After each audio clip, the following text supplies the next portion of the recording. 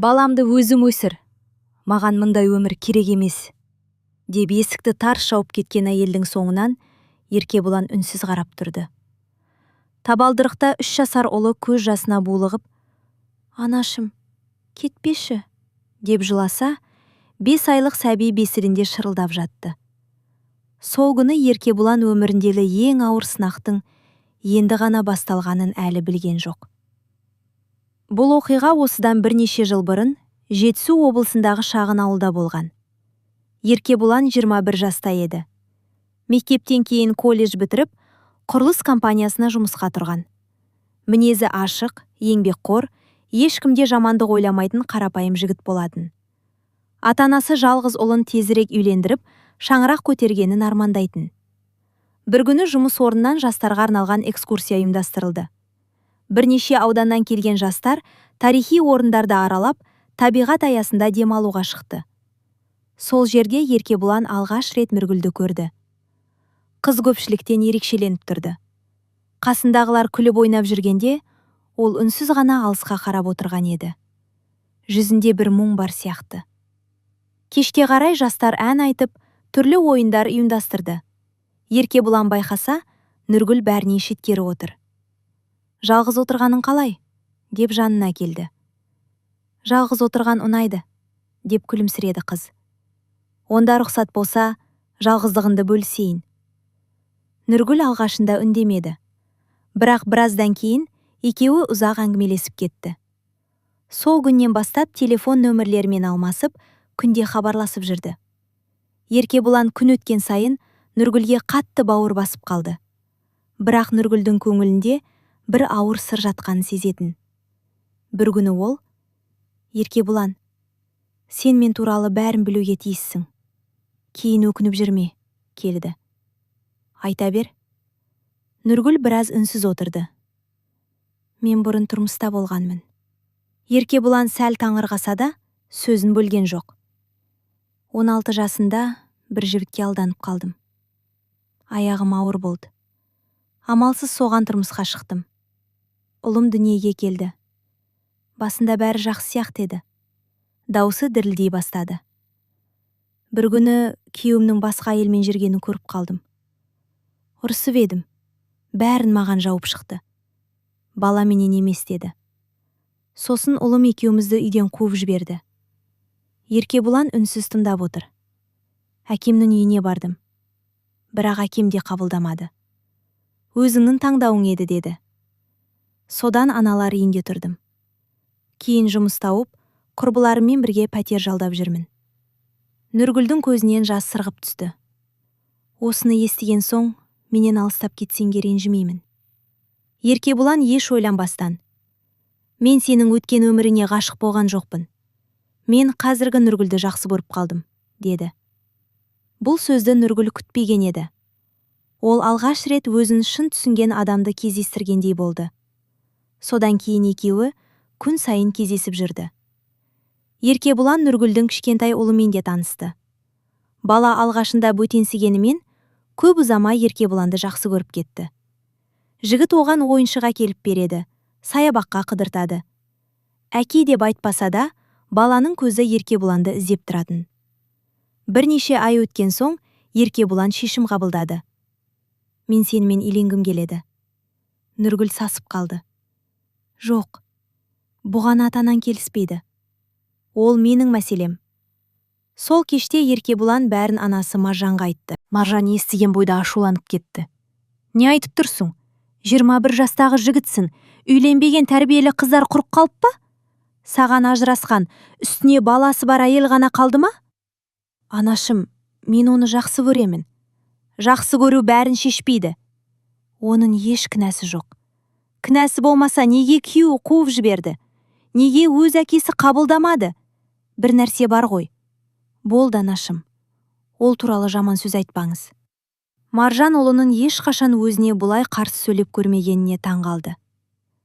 Ертең өкініп жүрме балам. Өкінбеймін. Келесі күні бұл әңгімені әкесі де естіді. Ол сабырмен. Анаң дұрыс айтып тұр. Әлі жассың, ойлан, деді. Бірақ Еркебұлан райынан қайтпады. Бірнеше күн бойы үйде осы мәселе талқыланды. Ақыры Маржан күрсініп: «Жарайды. Егер сонша жақсы көрсең, үйлен. Бірақ менің бір ғана шартым бар». «Қандай?» «Ол осы үйдің босағасын аттамайды. Үйленген күн-ақ бөлек шығасыңдар. Өз күндеріңді өздерің көресіңдер». Бұл сөз Еркебұланның жүрегіне батты. Бірақ ол бәрібір келісімін берді. Жарайды. Арада бір ай өткен соң шағын ғана той өтті. Ешқандай сән салтанат болған жоқ. Екі жақтан ең жақын туыстар ғана жиналды. Тойдан кейін Еркебұлан қала шетінен бір бөлмелі пәтер жалдап, Нұргүл мен оның ұлын сонда алып келді. Алғашқы айлар шынымен бақытты өтті. Еркебұлан таңнан кешке дейін жұмыс істейді. Кешке үйге асығады. Нұргүл дәнді тамақ дайындап күтеді. Кішкентай ұл да есік ашылған сайын жүгіріп келіп, Еркебұланды құшақтайтын. Осы көріністі көргенде Еркебұлан өзін нағыз бақытты адам сезінетін. Бір күні кешкі ас үстінде Нұргүл: «Саған айтар жаңалығым бар», деді. «Не болды?» «Менің аяғым ауыр». Еркебұлан орнынан атып тұрып, әйелін құшақтап алды. «Рас айтасың ба?» Нұргүл күліп басын изеді. «Иә». Бұл хабарды естігенде Еркебұланның қуанышында шек болмады. Сол түні ол анасына телефон шалды. «Анашым, сіз әже боласыз». Телефонның ар жағында біраз үнсіздік орнады. Сосын Маржанның жұмсарған даусы естілді. «Аман-есен босансын. Баланың жазығы жоқ». Бұл сөз Нұргүлдің де көңіліне жылу сыйлағандай болды. Бірақ ол кезде ешкім олардың отбасының бақыты ұзаққа созылмайтынын, ал ең үлкен сынақ әлі алда тұрғанын сезген жоқ. Нұргүлдің жүкті болғанын естігеннен кейін Еркебұланның өмірі тіпті өзгеріп кетті. Ол бұрынғыдан да көп жұмыс істейтін болды. Балам ештеңеден таршылық көрмесін деген оймен кейде демалсыз еңбек ететін. Қолына ақша түссе болды, үйіне азық-түлік алып келеді. Болашақ сәбиіне киім-кешек, бесік, арба сатып алатын. Нұргүлдің бұрынғы ұлы да Еркебұланға бауыр басып кеткен еді. Бір күні бала еш ойланбастан: «Әке, 8-9-ке, мені де ертіп кетші», деді. Еркебұланның жүрегі елжіреп кетті. Ол ешқашан баланы өгей кеп көрген емес. «Жүр, батыр, екеуміз дүкенге барып келейік», деп қолынан ұстап алып шықты. Сол сәтті терезеден көріп тұрған Маржанның да көңілі босады. Жүрегі таза бала екен, деп іштей ойлады. Айлар өте берді. Нұргүлдің толғағы басталған күні Еркебұлан қатты абыржыды. Перзентхананың алдында ары-бері жүріп, бірнеше сағат бойы хабар күтті. Ақыры дәрігер шығып: «Құттықтаймын, ұлды болдыңыз», дегенде Еркебұланның көзінен еріксіз жас шығып кетті. Ол сол күні өміріндегі ең бақытты күндердің бірін өткізді. Маржан да немересін көруге келді. Кішкентай сәбиді қолына алып: «Алла ғұмырын ұзақ қылсын», деп маңдайынан сүйді. Нұргүл де күлімдеп жатты. Бәрі жақсы сияқты көрінді. Перзентханадан шыққан соң Маржан келініне көмектесу үшін олардың үйіне келді. Алғашқы 2 күнде ештеңе байқалмады. Босанған әйел ғой, шаршаған шығар деп ойлады. Бірақ 3-ші күні оның көңіліне күмән ұялай бастады. Түн ортасында сәби қатты жылады. Маржан орнынан тұрып бөлмеге кірсе, Нұргүл ештеңе естімегендей ұйықтап жатыр. «Нұргүл, тұршы, бала жылап жатыр». Нұргүл көзін әрең ашып: «Қазір», деді де қайта бұрылып жатып алды. Маржан өзі баланы көтеріп жұбатты. Қарны ашқанын байқап, келінін қайта оятты. «Емізші». Нұргүл қабағын түйіп, баланы қолына алды. Бірақ бірнеше минуттан кейін: «Болмайды, жылай береді», деп қайтадан Маржанға ұстата салды. Маржан амалсыз сүт қоспасын дайындап, өзі тамақтандырды. Келесі күндері де жағдай өзгермеді. Бала жыласа, Нұргүл асықпайтын. Жөргегі былғанса да, кейін ауыстырамын дейтін. Кейде түске дейін төсектен тұрмайтын. Ал сәби бесікте ұзақ жылайтын. Маржанның жаны ашитын. Өзі тамақ жасап, кір жуып, үй жинап, үлкен баланы балабақшаға апарып, кішкентайды бағып жүрді. Нұргүл болса, көбіне телефонын шұқылап отыратын. Бір күні сәби 2 сағат бойы мазасызданып жылады. Маржан оны көтеріп, тербетіп жүріп қатты шаршады. Ақыры шыдамы таусылды. Нұргүл, балам, мен саған жамандық ойлап жүрген жоқпын. Бірақ сен анасысың ғой. Балаң жыласа бірінші сен жүгіруің керек емес пе? Нұргүл үндемеді. Қарашы, жөргегі әлі ауыстырылмаған. Қарны да аш. Осындай кішкентай баланы қарау қиын екенін түсінемін. Бірақ үйрену керек. Нұргүл қабағын түйді. Сіз мені жаман ана дегіңіз келе ме? Мен олай деген жоқпын, деп тұрсыз ғой. Мен тек баланың жағдайын айтып тұрмын. Бала менікі. Қалай қарайтынымды өзім білемін. Маржан дауысты көтермей. Мен тек көмектесіп жүрмін. Көмек емес, бәріне араласасыз. Маржан үндемей қалды. Қазір босанғаннан кейінгі күйзелісі шығар, деп өзін жұбатты. Сол күні кешке Еркебұлан жұмыстан келді. Үйге кірген бойда Нұргүл жылап отыр екен. Не болды? Нұргүл көз жасын сүртіп, анаң мені адам құрлы көрмейді. Қалай? Күні бойы ұрса береді. Балаңды қарамайсың, жаман анасың дейді. Еркебұлан таңырқап Маржанға қарады. Анашым? Маржан сабырмен болған жағдайды түсіндірмек болды. Балам, мен тек... Бірақ Нұргүл сөзін бөліп жіберді. Мен баламды емізіп отырсам да тартып алады. Өзімнің балама жолатпайды. Үнемі бөтелкемен қоспа беріп қояды. Сосын мені бәріне кінәлайды. Еркебұлан үндемей тыңдап тұрды. Ол күні бойы жұмыста болғандықтан үйде не болып жатқанын көрген жоқ. Ал алдында жылап отырған әйелі, екінші жағында үнсіз тұрған анасы. Кімге сенерін білмеді. Бірақ жүрегі әйеліне бұрылды. Анашым, мүмкін біраз демалғанымыз дұрыс шығар. Маржан ұлының не айтқысы келгенін бірден түсінді. Яғни мен кетейін дейсің бе? Еркебұлан көзін төмен салды. Біз өзіміз-ақ қараймыз. Бұл сөз Маржаным жүрегіне қанжардай қадалды. О ештеңе демеді. Үнсіз ғана бөлмеге кіріп, сөмкесін жинай бастады. Шығарда бесіктегі немересін ұзақ құшақтап тұрды. Аман бол қарағым. Сосын үлкен баланың басынан сипады. Тентек болмай жүр. Ең соңында ұлына қарады. Бір күні мені неге уайымдағанымды түсінерсің. Маржан есіктен шығып кеткенде, Еркебұлан оның соңынан қарады. Ішінде бір түрлі қимастық сезімі болғанымен, әйешелінің көңілін қимады. Ал дәл сол сәтте Маржан ғана емес. Осы шаңырақтың берекесі де сол үйден бірге шығып кеткен еді. Маржан кеткеннен кейін үй іші бұрынғыдан да тынышталып қалғандай болды. Алғашқы күндері Еркебұлан бәрі дұрысталар деп ойлады. Енді анам араласпайды. Нұргүл де тынышталар. Бәрі өз орнына келеді, деп өзін жұбатты. Бірақ өмір мүлде басқа арнаға бұрылып бара жатты. Еркебұланның мойнына жауапкершілік бұрынғыдан да ауыр түсті. Бір адамның табысы 4 адамға жетпейтін. Пәтерақы, несие, коммуналдық төлем, балалардың жөргегі, сүт қоспасы, дәрі-дәрмегі.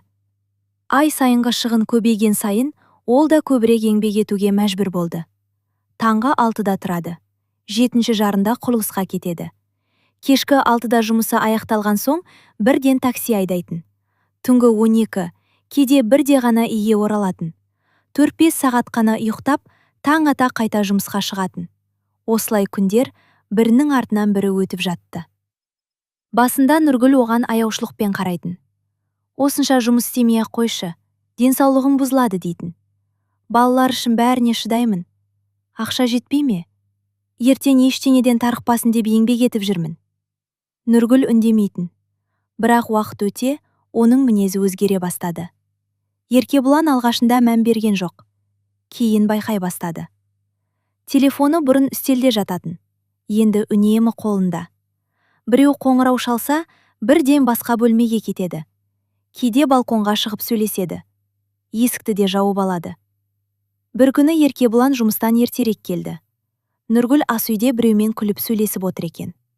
Еркебұлан есікті ашқан дыбысты естігенде, ол телефонды жалт өшіріп жіберді. Кім екен? Құрбым. Қай құрбың? Айдана. Не айтып жаттыңдар? Ештеңе, жай сөйлестік. Еркебұлан сенгендей болып, киімін ауыстыруға кірісті. Бірақ көңіліне әлде бір күмән кіріп үлгерген еді. Келесі аптада тағы сондай жағдай болды. Бұл жолы Нұргүл жуынатын бөлмеге кіріп алып сөйлесті. Шыққан кезде көңіл күйі ерекше көтеріңкеді. Біреу жақсы жаңалық айтты ма? Деп күлді Еркебұлан. Жоқ, жай ғана. Кіммен сөйлестің? Құрбыммен. Тағы да сол жауап. Еркебұлан бұрын ешқашан әйелінің телефонын ақтарып көрмеген. Өйткені сенім бар жерге күдік болмау керек деп ойлайтын. Сол себепті ішіндегі күмәнді өзі басып тастайтын. Мүмкін шынымен құрбылар шығар, артық ойлап жүрген шығармын. Нұргүл ондай адам емес. Өзін осылай жұбататын. Арада 3-4 ай өтті. Бір күні кешке такси айдап жүргенде, көлігінің моторы қызып кетіп, орта жолда тоқтап қалды. Жөндеу шебері: "Бүгін бітпейді, ертең келіңіз" деді. Амалы қалмаған Еркебұлан үйіне қайтты. Сағат әлі кешкі 9 ғана болатын. Әдетте ол түн ортасында келетін. Сондықтан үйдегілер оның ерте келетінін білмейтін. Есікті ақырын ғана ашты. Балалар ұйықтап қалған екен. Жатын бөлмеден Нұргүлдің жай ғана күліп сөйлескен дауысы естілді. Еркебұлан байқатпай жақындады. "Жаным, мен де сені сағындым." Еркебұлан тұрған жерінде қатып қалды. Аз ғана шыда. Ол ештеңе сезбейді. Ар жағынан ер адамның күлген дауысы естілгендей болды. Жақында бәрі бітеді. Еркебұланның жүрегі тарс ете қалды. Бірақ ол бірден ішке кірген жоқ. Тағы бірнеше секунд тыңдап тұрды. "Жақсы, сүйім." Осы сөзден кейін ғана ол әдейі аяқ дыбысын шығарып бөлмеге кірді. Нұргүл сел етіп телефонын дереу өшірді. Жүзі бірден өзгеріп кетті. "Сен ерте келдің бе?" "Иә." "Не болып қалды?" "Көлік бұзылды." Нұргүл жымиып: "Тамақ ішесің бе?" "Әуелі бір нәрсені сұрайын." "Не?" "Кіммен сөйлесіп отырдың?" Нұргүл бір сәт ойланып қалды. "Айданамен." "Айдананы жаным деп қашаннан бері атайтын болып едің?" Нұргүлдің өңі қашып кетті. "Сен тыңдап тұрдың ба?" "Кездейсоқ естіп қалдым." "Ол жай әзіл ғой." "Ер адамның даусында естідім." "Саған солай естілген шығар." Еркебұлан оның көзіне ұзақ қарады. Өтірік айтып тұрған анық сезді. Бірақ қолында дәлел жоқ еді. "Жарайды." Осы сөзді ғана айтты. Сол түні ол таң атқанша ұйықтай алмады. Басында сан түрлі ой. Шынымен басқа біреу бар ма? Жоқ, мүмкін емес. Бәлкім расымен мен қателесіп тұрған шығармын. Өзіне қанша жұбаныш іздесе де, жүрегі бір жамандықты сезіп тұрған еді. Ал Нұргүл болса, дәл сол түні де Еркебұлан ұйықтады деп ойлап, көрпенің астында телефонның жарығын жағып, әлдекімге қайтадан хабарлама жазып жатқанын ол байқамай қалды. Еркебұлан сол түннен кейін бұрынғыдай тыныш ұйықтай алмады. Жұмыста жүрсе де, көлік тізгінінде отырса да, ойынан Нұргүлдің телефонмен айтқан сөзі кетпейтін. "Жаным, аз ғана шыда." Бұл сөздер құлағында қайта-қайта жаңғырып тұратын. Бірақ ол бірден жаңжал шығарғысы келмеді. Өйткені 2 бала бар. Үлкені оны туған әкесіндей жақсы көріп кеткен. Кішкентайы әлі бесікте. Егер қателесіп жүрсем ше? Бір ғана күдікпен отбасымды бұзғым келмейді, деп өзін сабырға шақырды. Күндер өте берді. Нұргүл бұрынғыдан да салқындай түсті. Еркебұлан жұмыстан келсе, кейде кешкі ас дайын болмайтын. Балалар қараусыз отырған кездерде кездесе бастады. Үлкен ұлы кейде інісінің жүргегін әкеліп беріп, оны жұбатуға тырысатын. Осыны көрген сайын Еркебұланның жүрегі ауыратын. "Балам, сен бала емессің бе? Мұның бәрін сен емес, анаң істеу керек қой." Бала үндемейтін, тек "Анамның басы ауырып жатыр" дей салатын. Бір күні Еркебұлан жұмыстан түскі уақытта құжат алуға үйіне соқты. Есікті ашқанда үй бос екен. Кішкентай сәби бесікте жылап жатыр. Үлкен бала ас үйде жалғыз отыр. Анам қайда? Дүкенге кетті. Қашан? Білмеймін. Еркебұлан сағатқа қарады. 1 сағаттан астам уақыт өтіпті. Ол баланы көтеріп жұбатып отырғанда ғана Нұргүл келді. Қолында бір ғана пакет. Қайда жүрсің? Дүкенде. 1 сағат бойы ма? Кезек көп болды. Еркебұлан үндемеді. Бірақ оның көңіліндегі күдік бұрынғыдан да күшейе түсті. Сол кеште тағы да телефон шырылдады. Нұргүл бірден балконға шығып кетті. Еркебұлан байқатпай соңынан барды. Бүгін сөйлесе алмаймын. Аз үнсіздіктен кейін ол үйде. Тағы біраздан соң жақын арада бәрі өзгереді. Еркебұлан есікті ашып жіберді. Нұргүл жалт бұрылып, сен неге аңдып жүрсің? Мен аңдымаймын, бұл менің үйім. Сен маған сенбейсің. Сен сенетінде әрекет жасап жүрген жоқсың. Болды. Маған күнде күмәнданудан шаршадым. Сол күні екеуі алғаш рет қатты ұрысты. Бірақ таңертең ештеңе болмағандай өмір жалғаса берді. Арада тағы 2 апта өтті. Бір күні Еркебұлан әдеттегідей жұмыстан кеш қайтты. Үйдің шамы жанып тұр. Есікті ашты. Бір түрлі тыныштық. Нұргүл. Ешкім жауап бермеді. Қонақ бөлмесіне кірді. Үлкен ұлы бұрышта үнсіз отыр екен. Көздері жылағаннан ісіп кеткен. Ал бесіктегі кішкентай сәби қарлығып жылап жатыр. Балам, не болды? Үлкен бала жылап жіберді. Анам кетіп қалды. Еркебұланның жүрегі зу ете қалды. Қайда кетті? Бала басын шайқады. Білмеймін. Сол кезде үстел үстіндегі бүктелген қағаз көзіне түсті. Дірілдеген қолмен ашып оқыды. Біраз уақыттан кейін балаларды алып кетемін. Әзірше қарай тұр. Бар болғаны осы. Бір ауызда артық сөз жоқ. Кешірім де жоқ. Түсініктеме де жоқ. Еркебұлан қағазға ұзақ қарап тұрып қалды. Сосын есін жиып, бірден телефон соқты. Нөмірі өшірулі. Қайта терді. Бәрібір өшірулі. Сосын түні ол балаларды Маржанға апарды. Есікті ашқан анасы ұлының түріне қарабақ бір сұмдық болғанын түсінді. Не болды, балам? Еркебұлан үндемей хатты қолына ұстатты. Маржан оқып шықты да үнсіз орындыққа отырып қалды.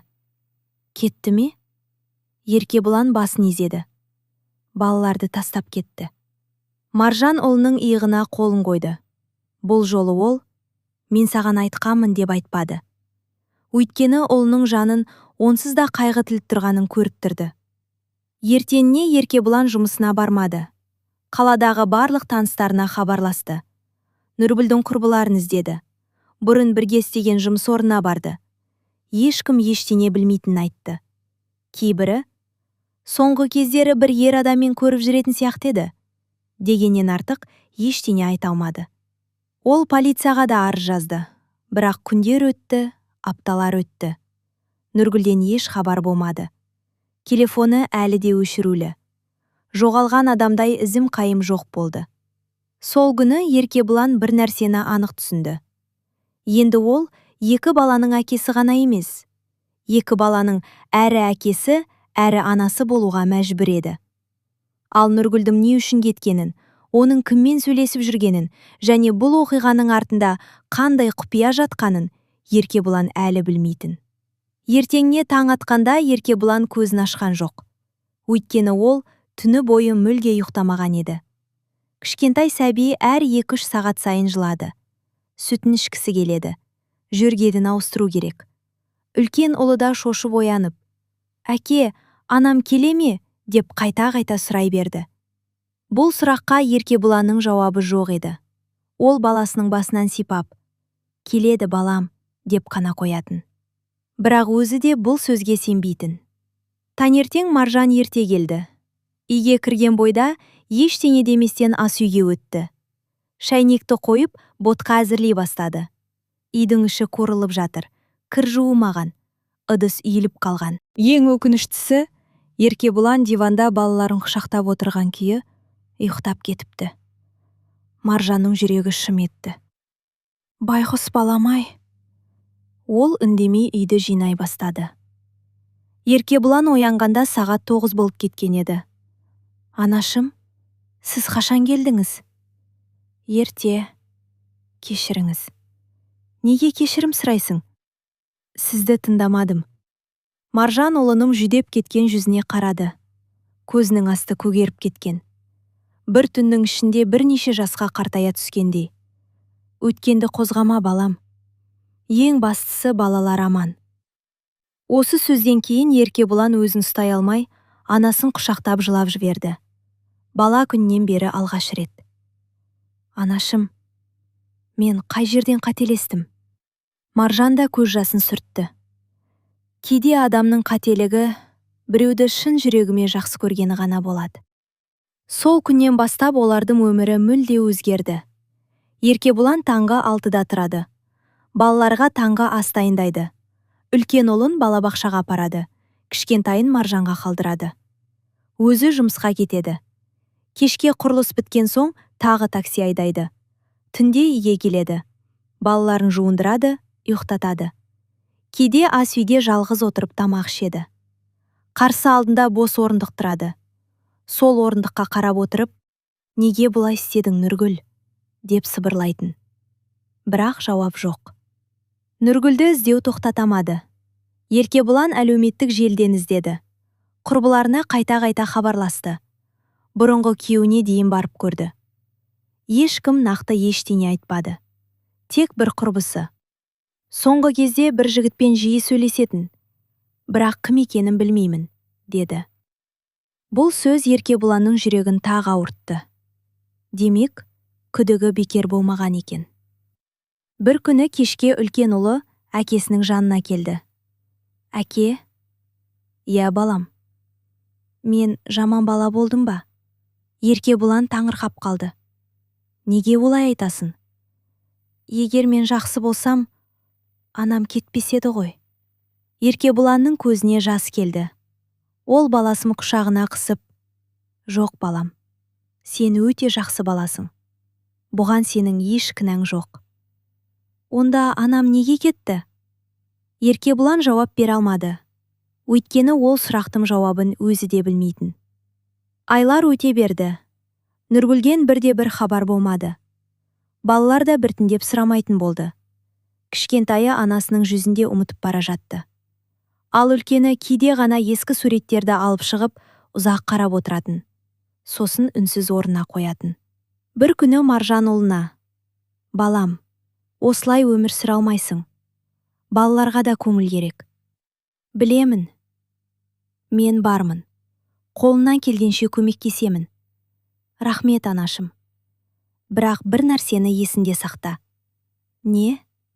Балалар ешқашан өздерін тастап кеткендей сезінбеуі керек. Еркебұлан басын изеді. Дәл сол күннен бастап ол өзіне серт берді. Қандай қиындық болса да, балаларым ана мейірімін іздеп жыламайтындай әке боламын. Жылдар өте бастады. Үлкен ұлы мектепке барды. Кішкентайы да есейіп қалды. Екеуі де әкесінің бір ауыз сөзін екі етпейтін тәрбиелі балалар болып өсті.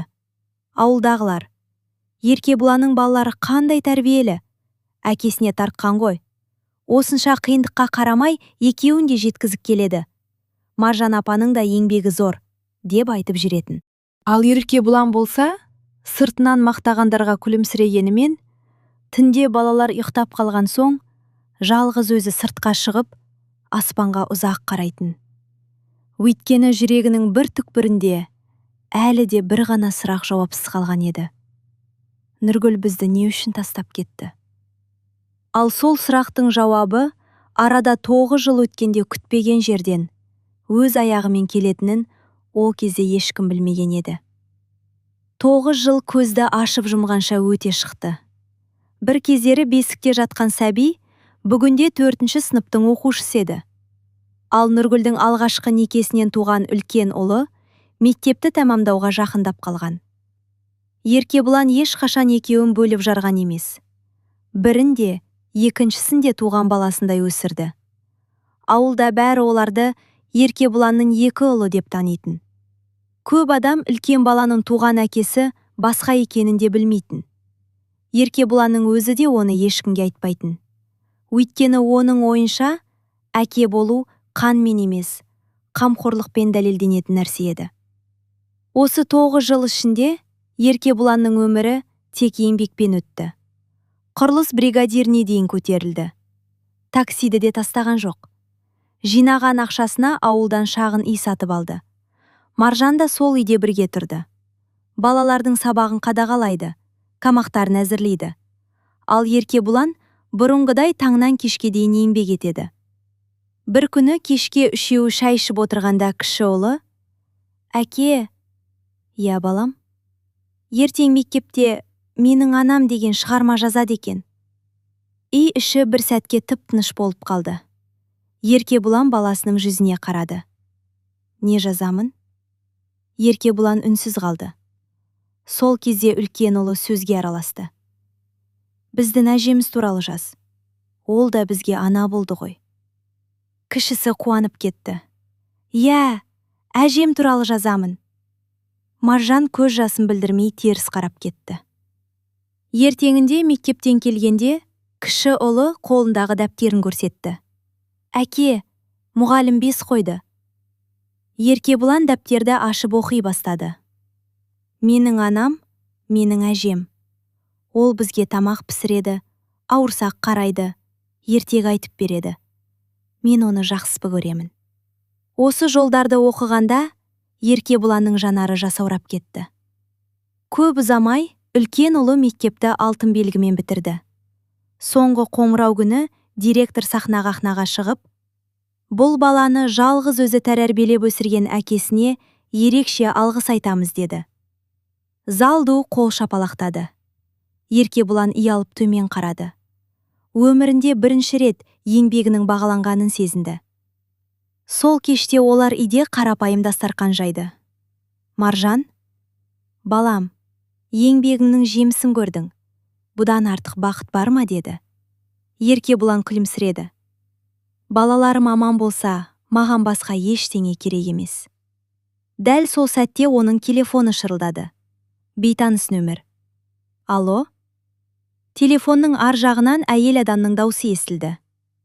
Еркебұлан ол дауысты бірден таныды. Қанша жыл өтсе де ұмытпаған. «Нұргүл?» «Я». Еркебұлан бірнеше секунд үндей алмай қалды. «Не керек?»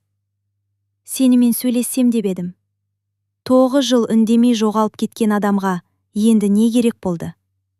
Ар жақ үнсіз қалды. Сәлден кейін: «Балаларды көргім келеді».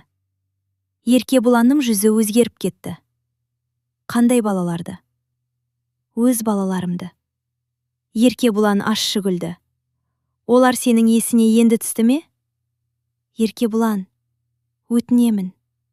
«Олар жылағанда қайда едің?» Кішкентайын қызуы көтеріліп, түнімен құшақтап отырғанымда қайда болдым? Үлкені: «Анам қашан келет?» деп күнде жылағанда қайда едің?»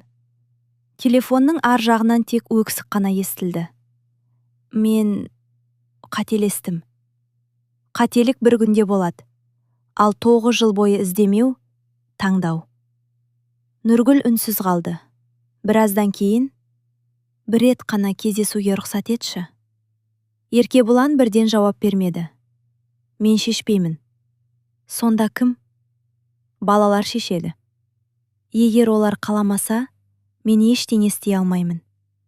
Осыны айтып, телефонды қойып жіберді. Кешке болған әңгімені Маржанға айтты.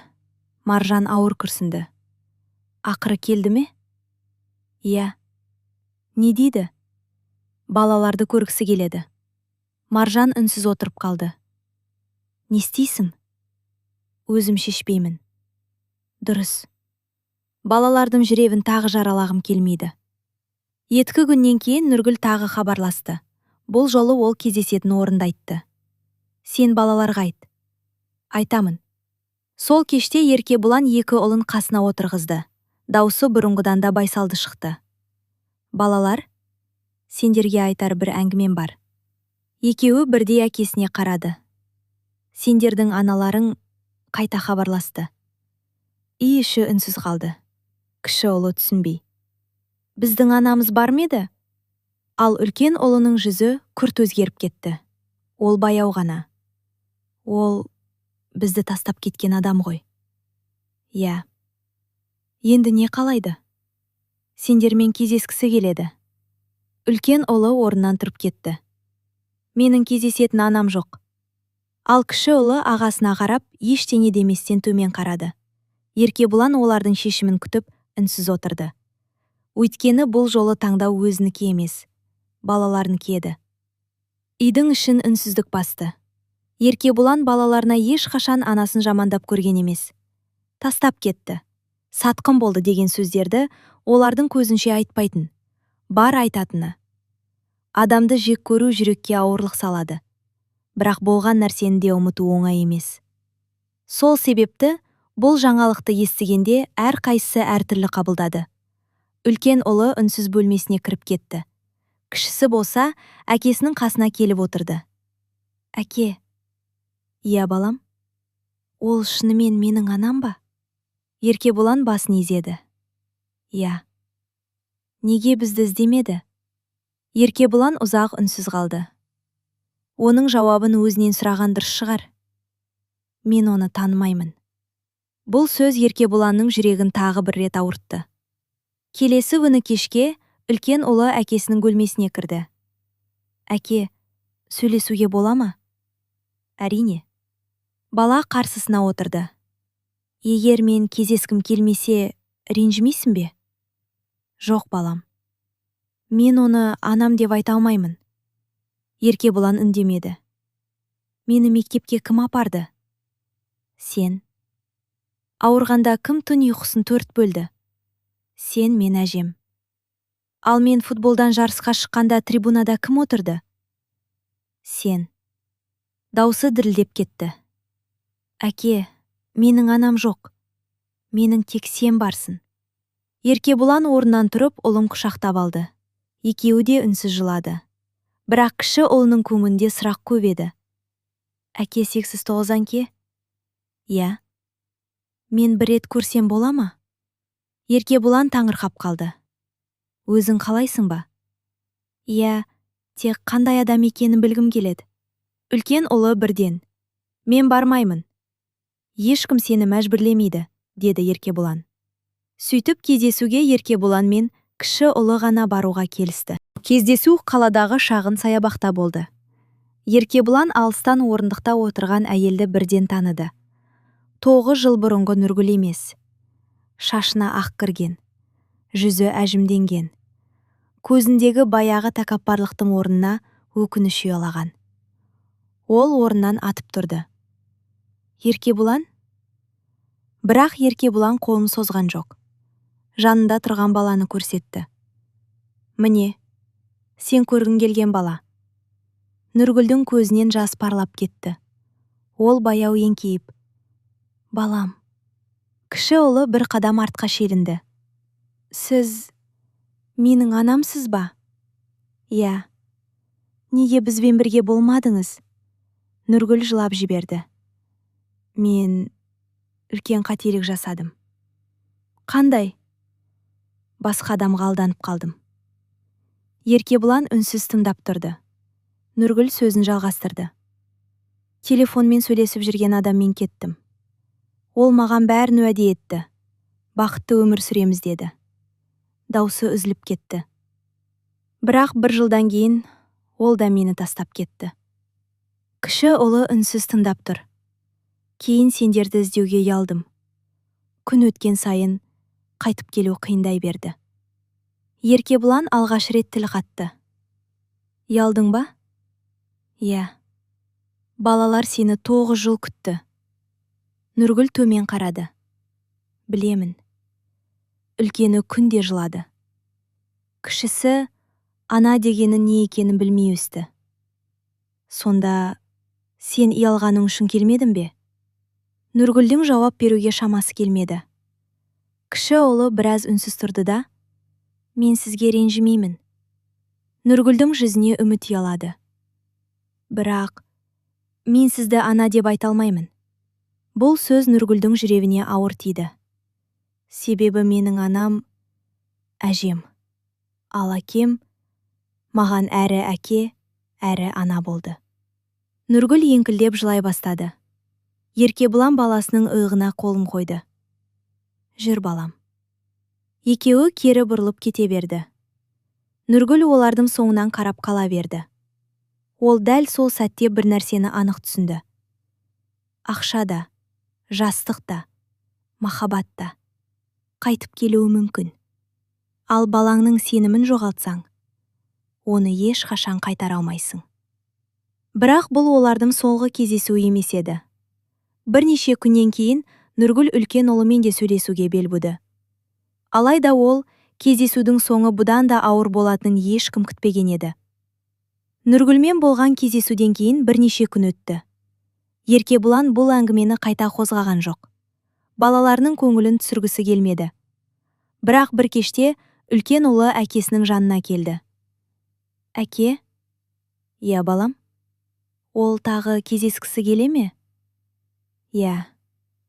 Мен барамын. Еркебұлан ұлының жүзіне қарады. Сен дайынсың ба? Иә. Бірақ мен оны кешіру үшін емес, жүрегімдегі сұрақтарға жауап алу үшін барамын.